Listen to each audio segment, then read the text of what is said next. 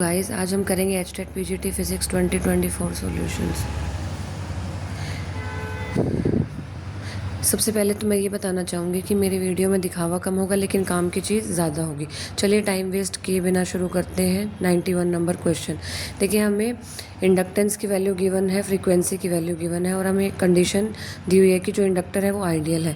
Ideal होने का मतलब ये है कि इंडक्टिव रिएक्टेंस जो है वो कैपेसिटिव रिएक्टेंस के इक्वल होगा। अब हमें एल की वैल्यू 0.56 माइक्रो हेनरी गिवन है और न्यू की वैल्यू 90.9 मेगाहर्ट्ज़ गिवन है। मेगाहर्ट्ज़ को कन्वर्ट करेंगे हर्ट्ज़ में और माइक्रो हेनरी को कन्वर्ट करेंगे हेनरी में। तो माइक्रो से 10⁻⁻6 और मेगाहर्ट्ज़ से आ जाएगा 10⁻6 मल्टीप्लायर। अब एक्सएल की वैल्यू हमें पता है ओमेगा एल के इक्वल होती है 2 पाई न्यू एल हो जाएगा। न्यू की वैल्यू हमें गिवन है और एल की वैल्यू हमें गिवन है, हमने यहाँ रख दी। तो एक्सएल आ गया हमारे पास 319.84 और XL is equal to X ही होगा अकॉर्डिंग टू गिवन कंडीशन। तो इंडक्टिव रिएक्टेंस कैपेसिटिव रिएक्टेंस के इक्वल हुई तो एक्सएल जो हो जाएगा हमारे पास 1/ओमेगा सी के इक्वल आ जाएगा। ओमेगा की वैल्यू 2 पाई न्यू सी हो जाएगी। तो सी को इधर ले जाएंगे और एक्सएल इस साइड आ जाएगा। सी की वैल्यू आ जाएगी 1/2 पाई न्यू एक्सएल। तो 1/2 पाई आ गया।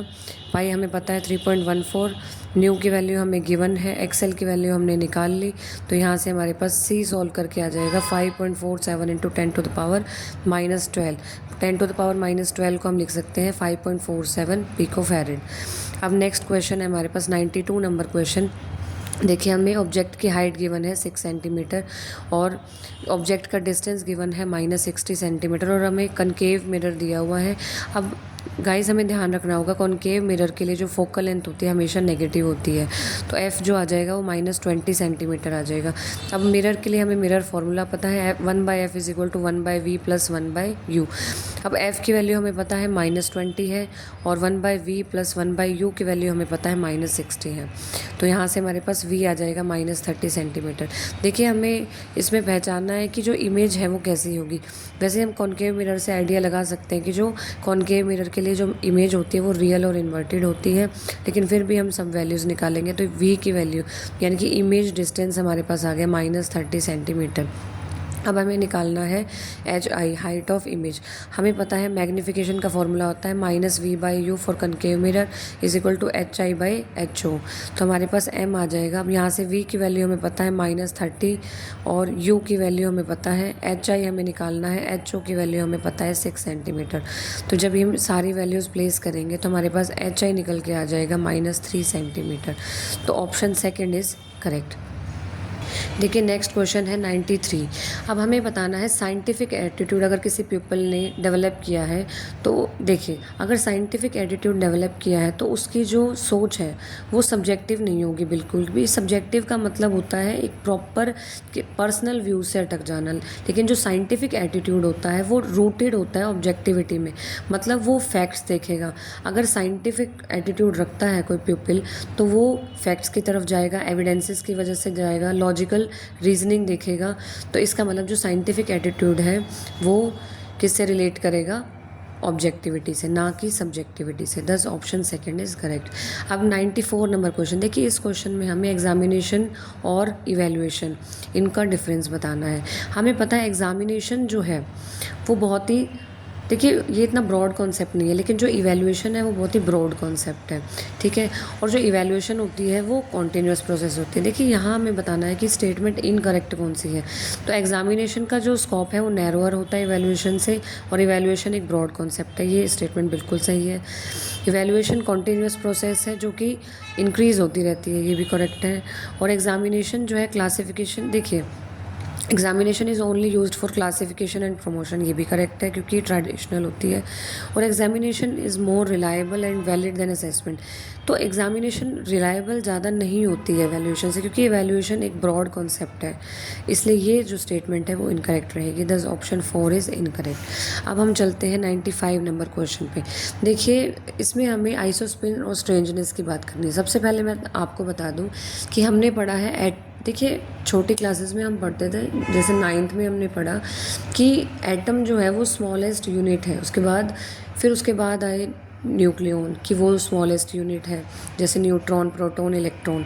लेकिन जैसे बड़ी क्लासेस में हम देख सकते हैं कि क्वार्क्स जो होती है वो उससे भी स्मॉलेस्ट यूनिट होती है, न्यूक्लियन से भी, न्यूट्रॉन, प्रोटॉन और इलेक्ट्रॉन से भी एक स्मॉलेस्ट यूनिट होती है, वो होती है क्वार्क्स।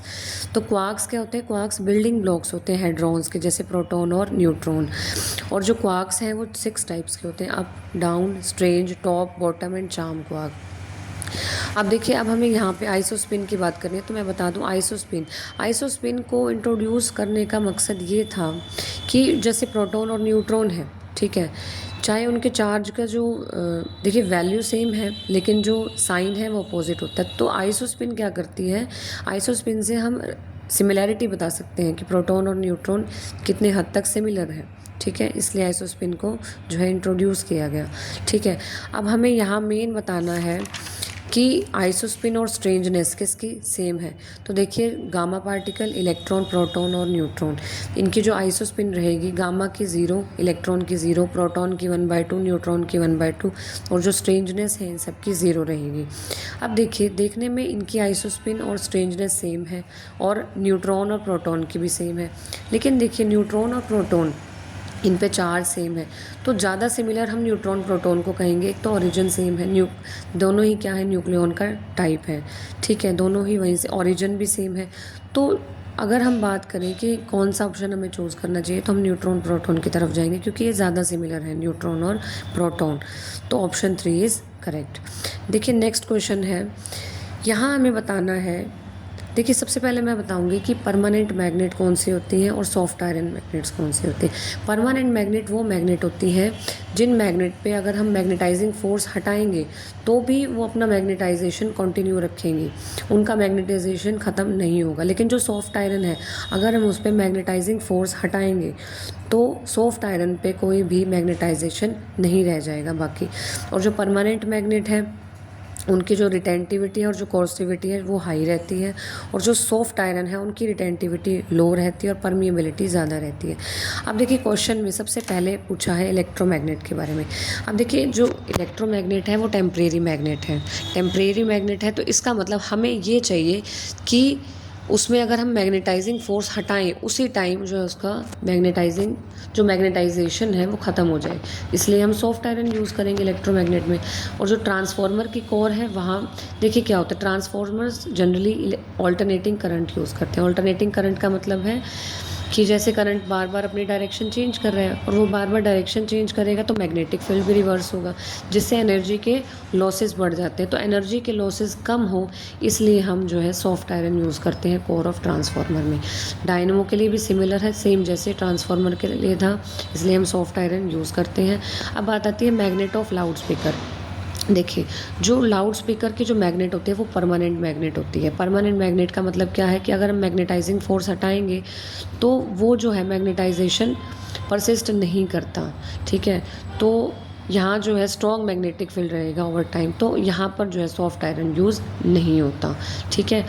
तो लाउड स्पीकर की जो मैग्नेट है वो परमानेंट मैग्नेट की होती है, अगर हम मैग्नेटाइजिंग फोर्स हटाते हैं तो भी वहाँ जो है प्रॉपर मैग्नेटाइजेशन रहता है, इसलिए सॉफ्ट आयरन जो है लाउड स्पीकर में यूज़ नहीं होता। अब देखिए नेक्स्ट क्वेश्चन 97 नंबर क्वेश्चन में हमें ये बताना है कि कौन सी ऑब्जर्वेशनल स्किल नहीं है। तो फर्स्ट स्टेटमेंट है to read about instrument and measure physical quantities. तो देखिए अगर हमें इंस्ट्रूमेंट को रीड करना है और फिजिकल क्वांटिटीज़ को मेज़र करना है तो ये कोई ऑब्जर्वेशनल स्किल नहीं है, जस्ट हम रीड कर रहे हैं, कुछ ऑब्जर्व नहीं कर रहे। तो नेक्स्ट स्टेटमेंट है to follow the correct sequence while making observations. अगर हम ऑब्जर्वेशंस कर रहे हैं तो हम करेक्ट सीक्वेंस फॉलो कर रहे हैं, तो ये भी ऑब्जर्वेशनल स्किल है। अब देखिए सेकंड स्टेटमेंट है to follow the correct sequence while making observations, तो ये भी एक ऑब्जर्वेशनल स्किल है। देखिए पहली जो स्टेटमेंट है मैं पहले बोल गई थी कि ऑब्जर्वेशनल स्किल नहीं है, लेकिन ये जो फर्स्ट स्टेटमेंट है देखिए इंस्ट्रूमेंट के बारे में रीड करना और फिजिकल क्वांटिटीज़ मेज़र करना, हम रीड कर रहे हैं तो हम ऑब्जर्व कर रहे हैं, ठीक है। तो सेकंड स्टेटमेंट है to follow the correct sequence while making observation, तो करेक्ट सीक्वेंस को हम फॉलो कर रहे हैं ऑब्जर्वेशन करते हुए, तो ये भी एक ऑब्जर्वेशनल स्किल है। और थर्ड स्टेटमेंट है to interpreting results verifying theories. अब देखिए अब यहाँ पे हम रिजल्ट्स को इंटरप्रेट कर रहे हैं, थ्योरीज को वेरीफाई कर रहे हैं, तो ये ऑब्जर्वेशनल नहीं है। तो ऑप्शन नंबर 3 जो है वो करेक्ट होगा। देखिए बढ़ते हैं क्वेश्चन नंबर 98 की तरफ। देखिए अब यहाँ हमें कोई मैग्नेटिक डाइपोल गिवन है एम जेड कैप, ठीक है। अब हमने उसे ओरिजिन पे रखा है जिसकी ससेप्टिबिलिटी क्या है, जाई एम। अब हमें वैल्यू निकालनी है डेल क्रॉस एच और डेल डॉट एच। अब देखिए हमें पता है डेल क्रॉस एच की वैल्यू जो है जे एफ होती है, जो कि फ्री करंट डेंसिटी होती है। अब देखिए अगर कोई फ्री करंट ही नहीं है, मेंशन ही नहीं है इस रीज़न में, क्योंकि जो डाइपोल है वो ओरिजिन पे रखा हुआ है और आर जो है वो नॉट इक्वल टू ज़ीरो है, ठीक है। डाइपोल जो है ओरिजिन पे रखा हुआ है और R not equal to zero है, तो इसका मतलब कोई फ्री करंट से गिवन नहीं है। फ्री करंट गिवन नहीं है तो फ्री करंट डेंसिटी ज़ीरो हो जाएगी, तो जे एफ की वैल्यू ज़ीरो हो जाएगी और डेल क्रॉस एच हमारे पास आ जाएगा ज़ीरो। अब हमें पता है गॉस लॉ क्या होता है, del dot B is equal to zero, यानी कि जितनी मैग्नेटिक लाइन्स ऑफ फोर्स किसी एरिया से एंटर कर रही हैं उतनी ही उस एरिया को लीव कर रही हैं, ठीक है। अब हमने क्लास 12th में हमने पढ़ा है कि बी की वैल्यू क्या होती है, B is equal to mu not H plus M. अब हमें क्या निकालना है, डेल डॉट डाइवर्जेंस निकालना है, हम तो दोनों तरफ डाइवर्जेंस लेंगे। Del dot B is equal to mu not del dot H plus del dot M, और ये ज़ीरो के इक्वल है तो यहाँ आ जाएगा ज़ीरो। अब यहाँ से म्यू नॉट ज़ीरो नहीं होगा तो डेल डॉट एच किसके इक्वल आ जाएगा, माइनस डेल डॉट एम। अब देखिए लीनियर मैग्नेटिक मटेरियल के लिए जो एम की वैल्यू होती है वो क्या होती है, जाई एम इंटू एच। तो यहाँ से हम क्या लिख सकते हैं, del dot H is equal to minus del dot M की जगह क्या लिखेंगे, जाई एम इंटू एच। तो यहाँ से जाई एम बाहर आ जाएगा और ये आ जाएगा डेल डॉट एच। अब देखिए हम क्या लिख सकते हैं, ये यहाँ चला जाएगा, one plus chi M common आ जाएगा और del dot H is equal to zero. अब हमारे पास one plus chi M is equal to mu R होता है और ये ज़ीरो हो नहीं सकता किसी भी मैग्नेटिक मटेरियल के लिए। तो अगर ये ज़ीरो नहीं हो सकता तो डेल डॉट एच क्या आ जाएगा हमारे पास, ज़ीरो। तो हमारे पास कंडीशन आ जाएंगे del dot H is equal to zero और del cross H is equal to zero. तो ऑप्शन नंबर 1 हमारे पास आ जाएगा करेक्ट, क्योंकि हमें वैल्यू निकालनी थी डेल डॉट एच की और डेल क्रॉस एच दोनों ही ज़ीरो आ गए। कब ज़ीरो आए, अगर हमने जो डाइपोल है वो ओरिजिन पे लिया है और हमारे पास जो रेडियल डिस्टेंस है उसकी वैल्यू ज़ीरो नहीं है। अब बढ़ते हैं 99 नंबर क्वेश्चन की तरफ। देखिए हमें क्या गिवन है, हमें कॉन्वेक्स लेंस गिवन है, उसकी फोकल लेंथ गिवन है। हमें निकालना है फारदेस्ट डिस्टेंस और नियरेस्ट डिस्टेंस के लिए ऑब्जेक्ट डिस्टेंस की वैल्यू हमें निकालनी है, ठीक है। तो सबसे पहले लेंस फॉर्मूला हमें पता है 1/f is equal to 1/v minus 1/u के इक्वल होता है, ठीक है। अब हमें गिवन है जो focal length 5 centimetre, convex lens के लिए पॉजिटिव आएगी प्लस 5 सेंटीमीटर। अब देखिए नियरेस्ट डिस्टेंस हमें पता है, नियरेस्ट डिस्टेंस के लिए जो हमारे पास ऑब्जेक्ट इमेज का जो डिस्टेंस है v जो होता है वो -25 सेंटीमीटर होगा और फारदेस्ट डिस्टेंस के लिए जो इमेज का डिस्टेंस होता है वो इनफाइनाइट होगा। तो यहाँ से v की वैल्यू है हमारे पास -25 सेंटीमीटर। अब इस फॉर्मूला में हम सारी वैल्यूज़ प्लेस करेंगे। 1/f is equal to 1/v minus 1/u। अब 1/f की वैल्यू हमें पता है 5 है, ठीक है। 1/v की वैल्यू हमें पता है -25 है, माइनस 1/u। तो यहाँ से अगर हम सॉल्व करेंगे तो u आ जाएगा हमारे पास -4.17 सेंटीमीटर। और फारदेस्ट डिस्टेंस के लिए v की वैल्यू हमें पता है इनफाइनाइट होती है, तो 1/f is equal to 1/v minus 1/u। देखिए यहाँ हमने लेंस फार्मूला अप्लाई किया है तो v की वैल्यू इनफाइनाइट है, u की वैल्यू हमें निकालनी है, f हमें पता है +5। तो फारदेस्ट डिस्टेंस के लिए u आ जाएगा हमारे पास -5 सेंटीमीटर। तो ऑप्शन नंबर 2 जो है वो करेक्ट होगा। अब देखिए नेक्स्ट क्वेश्चन नंबर है 100। हमें देखिए बीटा की वैल्यू गिवन है। बीटा क्या होता है, करंट एम्पलीफिकेशन फैक्टर, ठीक है, फॉर कॉमन एमीटर अरेंजमेंट। इसकी वैल्यू हमें गिवन है 59 और IE की वैल्यू हमें गिवन है 5 मिली एम्पियर। अब हमें अच्छे से पता है IE क्या होता है, IB प्लस IC के इक्वल होता है, ठीक है। अब जो कॉमन एमीटर कॉन्फ़िगरेशन होती है उसके लिए जो करंट गेन है हम उसको कैसे डिफाइन करते हैं, IC/IB, यानी कि collector current upon base current, ठीक है। तो यहाँ से IB को हम इधर ले जाएंगे और बीटा को हम यहाँ ले आएंगे, ठीक है। अब हमारे पास IB आ गया IC/बीटा के इक्वल। अब देखिए IB की जो ये वैल्यू है वो हम यहाँ प्लेस करेंगे तो IE क्या आ जाएगा, IC/बीटा। IB की वैल्यू हमने IC/बीटा रख दी, प्लस में IC एज इट इज़। अब यहाँ से IC कॉमन ले लिया तो हमारे पास आ गया 1/बीटा प्लस 1। तो IC हमने कॉमन ले लिया तो 1/बीटा प्लस 1, तो हमारे पास आ गया 1 plus beta divide by beta. अब यहाँ से IC निकालेंगे हम, IC निकालेंगे तो हमारे पास ये जो वैल्यू है ये ऊपर चली जाएगी और ये वैल्यू नीचे आ जाएगी। तो IC आ जाएगा हमारे पास IE इंटू में beta divide by 1 plus beta.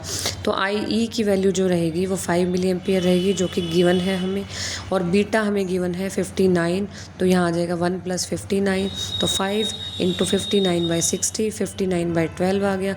अब ये मिली एम्पियर चल रहा है तो हमारे पास आई सी भी मिली एम्पियर में आएगा, तो आई सी हमारे पास आ जाएगा 4.92 मिली एम्पियर, तो ऑप्शन 1 इज़ करेक्ट। अब चलते हैं क्वेश्चन नंबर 101 की तरफ। देखिए सबसे पहले हमें डिसइंटीग्रेशन कांस्टेंट गिवन है लैम्डा = 0.00231 पर डे। ठीक है, अब हमें निकालनी है हाफ लाइफ और एवरेज लाइफ। देखिए हाफ लाइफ कैसे निकालते हैं, हमें फॉर्मूला पता है, टी हाफ = 0.693/λ होता है। तो लैम्डा की वैल्यू हमें गिवन है, तो 0.693 / 0.0031, तो हमारे पास आ गया 300.06, यानी कि 300 डेज हमारे पास आ गई हाफ लाइफ। इसके बाद हमें निकालना है एवरेज लाइफ, तो एवरेज लाइफ क्या आ जाएगा, टी एवरेज आ जाएगा हमारे पास 1/λ। लैम्डा हमारे पास था 1/0.0031, तो हमारे पास ये सिर्फ सिंपल कैलकुलेशन गाइस, ये आप आराम से कर सकते हैं। ठीक है, तो हमारे पास आ जाएगा टी एवरेज 432.9 डेज़, तो हमारे पास एवरेज लाइफ आ गई 432.9 डेज़, तो ऑप्शन 1 इज़ करेक्ट। अब बढ़ते हैं क्वेश्चन नंबर 102 की तरफ। देखिए मैग्नेटिक ससेप्टेबिलिटी को हम डिफाइन कर सकते हैं M/H। M होता है रेशो ऑफ मैग्नेटाइज, मतलब दिस इज़ मैग्नेटाइजेशन। ठीक है, और जो H होती है वो होती है मैग्नेटिक फील्ड इंटेंसिटी। ठीक है, ये हमने क्लास 12th में पढ़ा है कि जो ससेप्टेबिलिटी होती है वो M/H के इक्वल होती है। अगर हम स्लोप देखेंगे तो हो जाएगा हमारे पास dm/dh। अब देखिए अगर हम इस कर्व को ड्रॉ करेंगे तो हमारे पास एक हिस्टेरेसिस लूप बन जाएगा। हमने हिस्टेरेसिस कर्व पढ़ी है क्लास 12th में। ठीक है, तो हमारे पास इस तरह से एक हिस्टेरेसिस लूप आ जाएगी। तो देखिए ये कोई एक फिक्स्ड वैल्यू नहीं है, ये जो है कॉन्स्टेंटली चेंज हो जा रही है। देखिए ऐसे ऐसे चेंज हो रही है, एक लूप बना रही है हिस्टेरेसिस लूप। ठीक है, तो इसका मतलब जो MH कर्व है ये एक नॉन लीनियर कर्व है। ठीक है, और ये मटेरियल के नेचर पे डिपेंड करती है। तो जो ससेप्टेबिलिटी है वो चेंज हो रही है कॉन्स्टेंटली थ्रू द लूप, तो इसका मतलब ये कोई फिक्स वैल्यू नहीं है। ठीक है, तो दस जाई is not a fixed value. अब ये एक सेचुरेशन पॉइंट होती है, मैं बता देती हूँ सेचुरेशन पॉइंट क्या होता है। The point in MH curve where M remains constant. देखिए ये एक ऐसा पॉइंट होता है जहाँ पे M तो कांस्टेंट हो जाता है, किसी वैल्यू मतलब किसी सर्टेन वैल्यू ऑफ करंट पे M की वैल्यू कांस्टेंट हो जाती है इन फेरोमैग्नेटिक सब्सटेंस, उसको बोलते हैं सैचुरेशन पॉइंट। तो इस क्वेश्चन में हमसे ये पूछा था कि जो ससेप्टेबिलिटी है उसकी वैल्यू हमें बतानी है, तो हम कह सकते हैं कि ये फिक्स वैल्यू नहीं होगी, ये चेंज कर रही है कॉन्स्टेंटली। ठीक है, तो ऑप्शन 1 इज़ करेक्ट। अब देखिए क्वेश्चन नंबर 103 में हमें मैच करना है।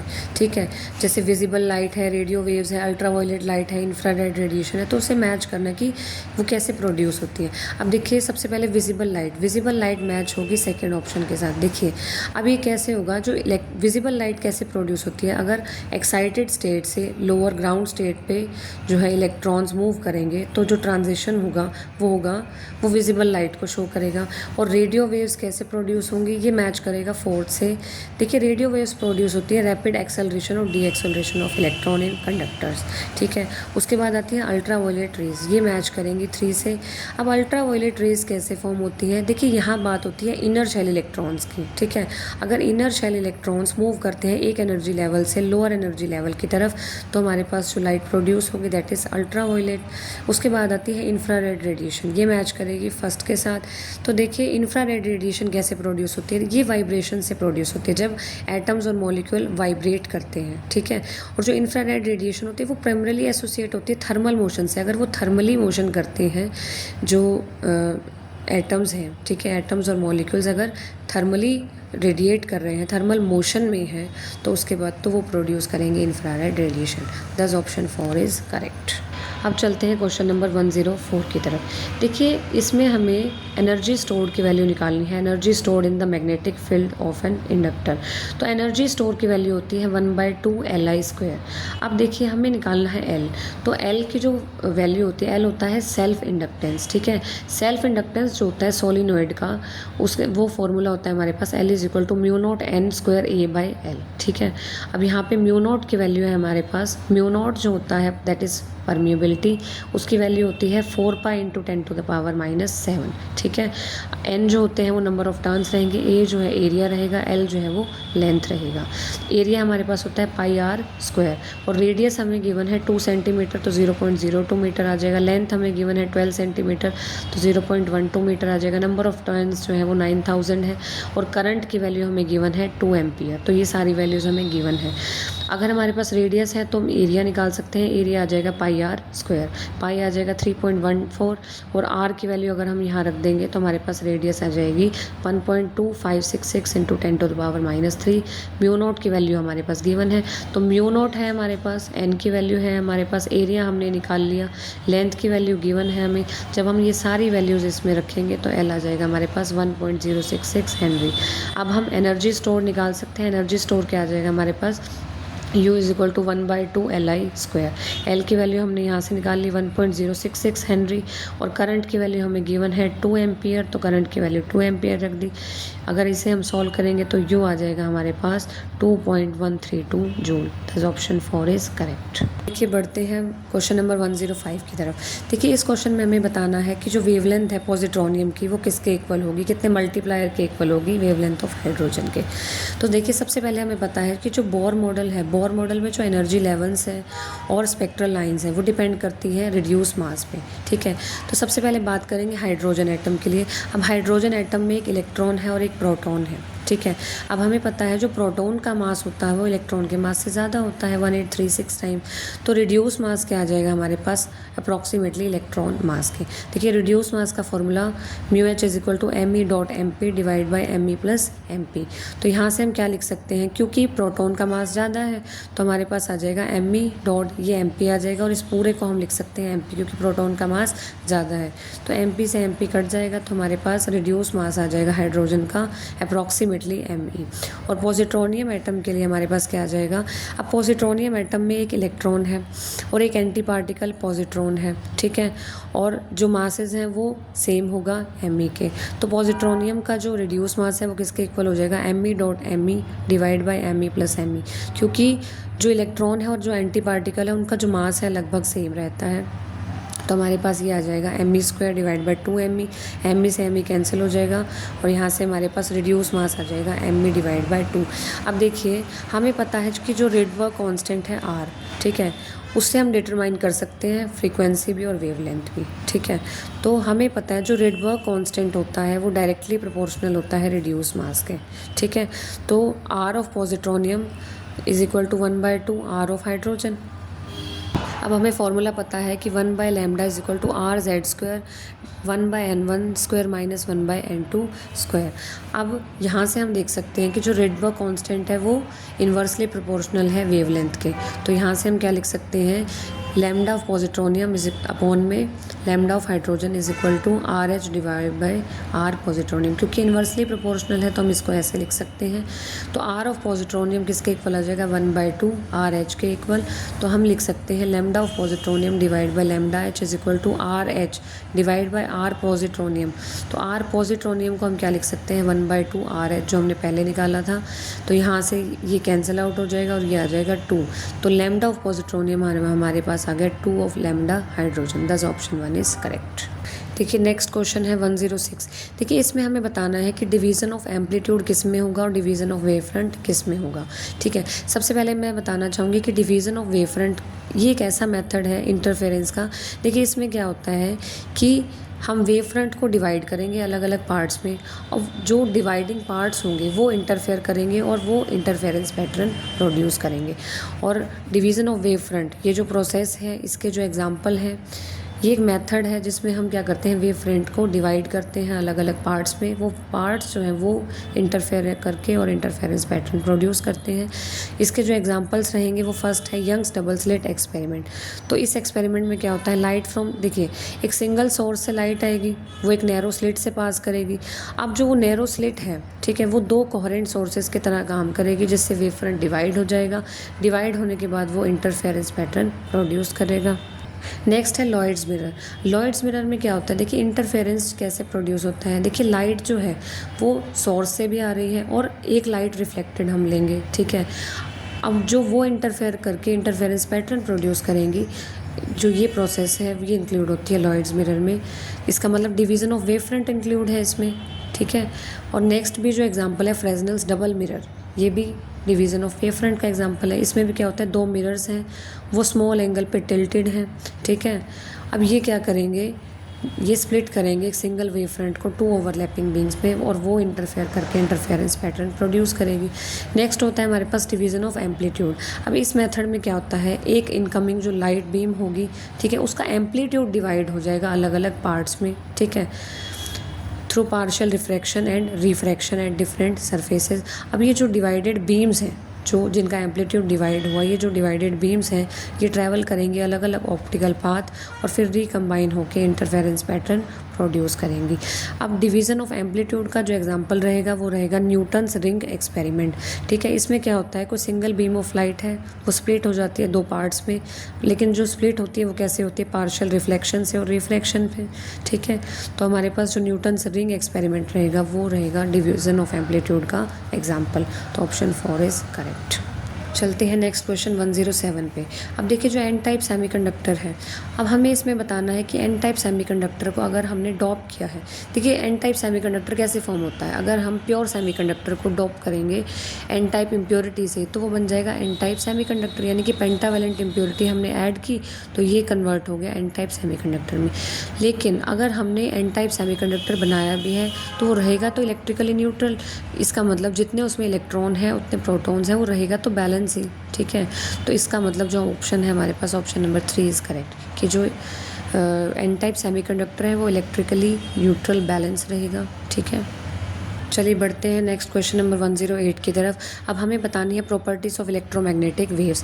देखिए जो इलेक्ट्रोमैग्नेटिक वेव्स हैं वो इंटरफेरेंस प्रोड्यूस करती हैं, ठीक है, क्योंकि ये ट्रांसवर्स वेव है तो इसका मतलब they can also be polarized, which means इसका मतलब ये है कि जो इनकी ऑसिलेशंस हैं वो एक पर्टिकुलर प्लेन में रिस्ट्रिक्ट हैं, तो ये करेक्ट है बिल्कुल। सेकेंड स्टेटमेंट है, सेकेंड जो प्रॉपर्टी है ईएम वेव्स की वो रहेगी कि ये जो वेव्स हैं, देखिए ये किससे कंसिस्ट होती हैं, ऑसिलेटिंग इलेक्ट्रिक और मैग्नेटिक फील्ड, ठीक है, और ये सेम फेज़ में रहते हैं और परपेंडिकुलर होते हैं एक दूसरे के। लेकिन in an EM waves electric field और मैग्नेटिक फील्ड वो अपने मैक्सिमम तक और मिनिमा तक पहुंचते हैं एक ही टाइम पे, तो इसका मतलब ये सेम फेज़ में रहेंगे और परपेंडिकुलर रहेंगे to each other and direction of propagation, तो ये बिल्कुल सही है।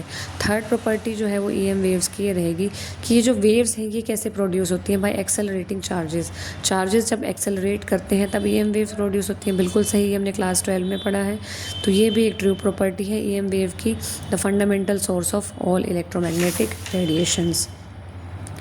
अब हमारे पास जो नेक्स्ट स्टेटमेंट है कि जो ये वेव्स हैं वो डिफ्लेक्ट हो जाती हैं इलेक्ट्रिक फील्ड और मैग्नेटिक फील्ड से, नहीं, ये स्टेटमेंट बिल्कुल करेक्ट है, करेक्ट नहीं है। देखिए जो हमारे पास अब जो ईएम वेव्स हैं ये डिफ्लेक्ट नहीं होंगी, क्यों नहीं होंगी, देखिए जो इलेक्ट्रिक फील्ड, देखिए जो ईएम वेव्स हैं इसमें ये इलेक्ट्रिकली न्यूट्रल होते हैं, मतलब कोई नेट चार्ज ही नहीं है, तो नेट चार्ज नहीं होगा तो ये कैसे डिफ्लेक्ट होंगी इलेक्ट्रिक फील्ड और मैग्नेटिक फील्ड से, ठीक है। दस ऑप्शन 3 इज़ करेक्ट, कि इसका मतलब जो ईएम वेव्स हैं वो डिफ्लेक्ट नहीं होती इलेक्ट्रिक फील्ड और मैग्नेटिक फील्ड से, क्योंकि इलेक्ट्रिकली न्यूट्रल है तो इनका मतलब नो कोई नेट चार्ज नहीं होगा, नेट चार्ज नहीं होगा तो इसका मतलब डिफ्लेक्ट कैसे होंगे इलेक्ट्रिक फील्ड और मैग्नेटिक फील्ड से। दस ऑप्शन 3 इज़ करेक्ट। चलिए क्वेश्चन नंबर 109 है, इसमें हमें for a single slit diffraction pattern के लिए हमें विड्थ निकालनी है, लीनियर विड्थ, सेंट्रल मैक्सिमा की विड्थ क्या रहेगी।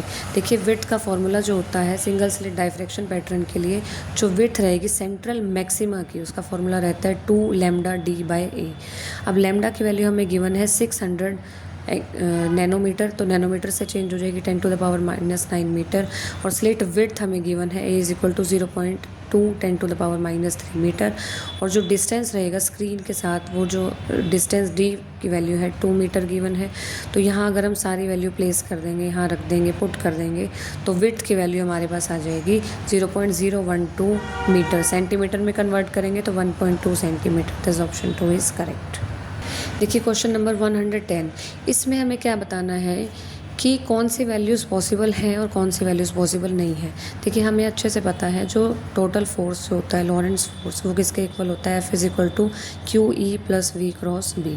यहाँ पे E इलेक्ट्रिक फील्ड और B मैग्नेटिक फील्ड रहेगा। अब हमारे पास क्यू ई ये इलेक्ट्रिक फोर्स होता है और क्यू वी क्रॉस बी ये मैग्नेटिक फोर्स के इक्वल होता है। अब हमें गिवन कंडीशन है कि जो ग्रेविटी फ्री स्पेस हमें गिवन है, तो ग्रेविटी फ्री स्पेस में चार्ज पार्टिकल को अगर मूव करना है, ठीक है, without any change in its velocity, ठीक है, तो जो नेट फोर्स रहेगा वो ज़ीरो होना चाहिए। अब हमें कंडीशंस चेक करनी है कि नेट फोर्स हमें ज़ीरो चाहिए, तो वो कैसे होगा। देखिए फर्स्ट कंडीशन गिवन है E is equal to zero, B is equal to zero. अगर दोनों फील्ड ही ज़ीरो हैं तो फोर्स तो ज़ीरो आ गया, फोर्स हमें ज़ीरो ही चाहिए क्योंकि ग्रेविटी फ्री स्पेस में फोर्स ज़ीरो होता है, तो ये पॉसिबल है। सेकंड कंडीशन है E is equal to zero but B not equal to zero. अगर B ज़ीरो नहीं होगा और E ज़ीरो हो रहा है तो यानी कि क्यू ई ये तो ज़ीरो हो गया पार्ट, और क्यू वी क्रॉस भी हमारे पास रह गया। अब क्यू वी क्रॉस भी होता है Q V B sine theta, तो ये डिपेंड करेगा थीटा पे। थीटा अगर ज़ीरो हो जाता है 180 डिग्री हो जाता है तो हमारे पास फोर्स ज़ीरो आ जाएगा, तो इसका मतलब ये भी पॉसिबल है। अगर थीटा ज़ीरो हो जाए और 180 डिग्री हो जाए तो फोर्स ज़ीरो हो सकता है, मतलब पॉसिबिलिटी है कि फोर्स ज़ीरो हो सकता है। थर्ड कंडीशन है कि E तो ज़ीरो नहीं है और B ज़ीरो है। थर्ड कंडीशन में E ज़ीरो नहीं है और B ज़ीरो है, तो हमारे पास हमें पता है F is equal to Q E. अगर ये फोर्स ज़ीरो नहीं है तो नेट फोर्स ज़ीरो हो ही नहीं सकता, चाहे B ज़ीरो हो या ना हो, तो this condition is not possible.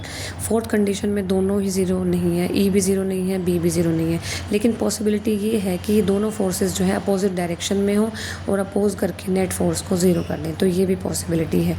तो सिर्फ एक थर्ड जो कंडीशन है ये पॉसिबल नहीं है, दस ऑप्शन 3 इज़ करेक्ट।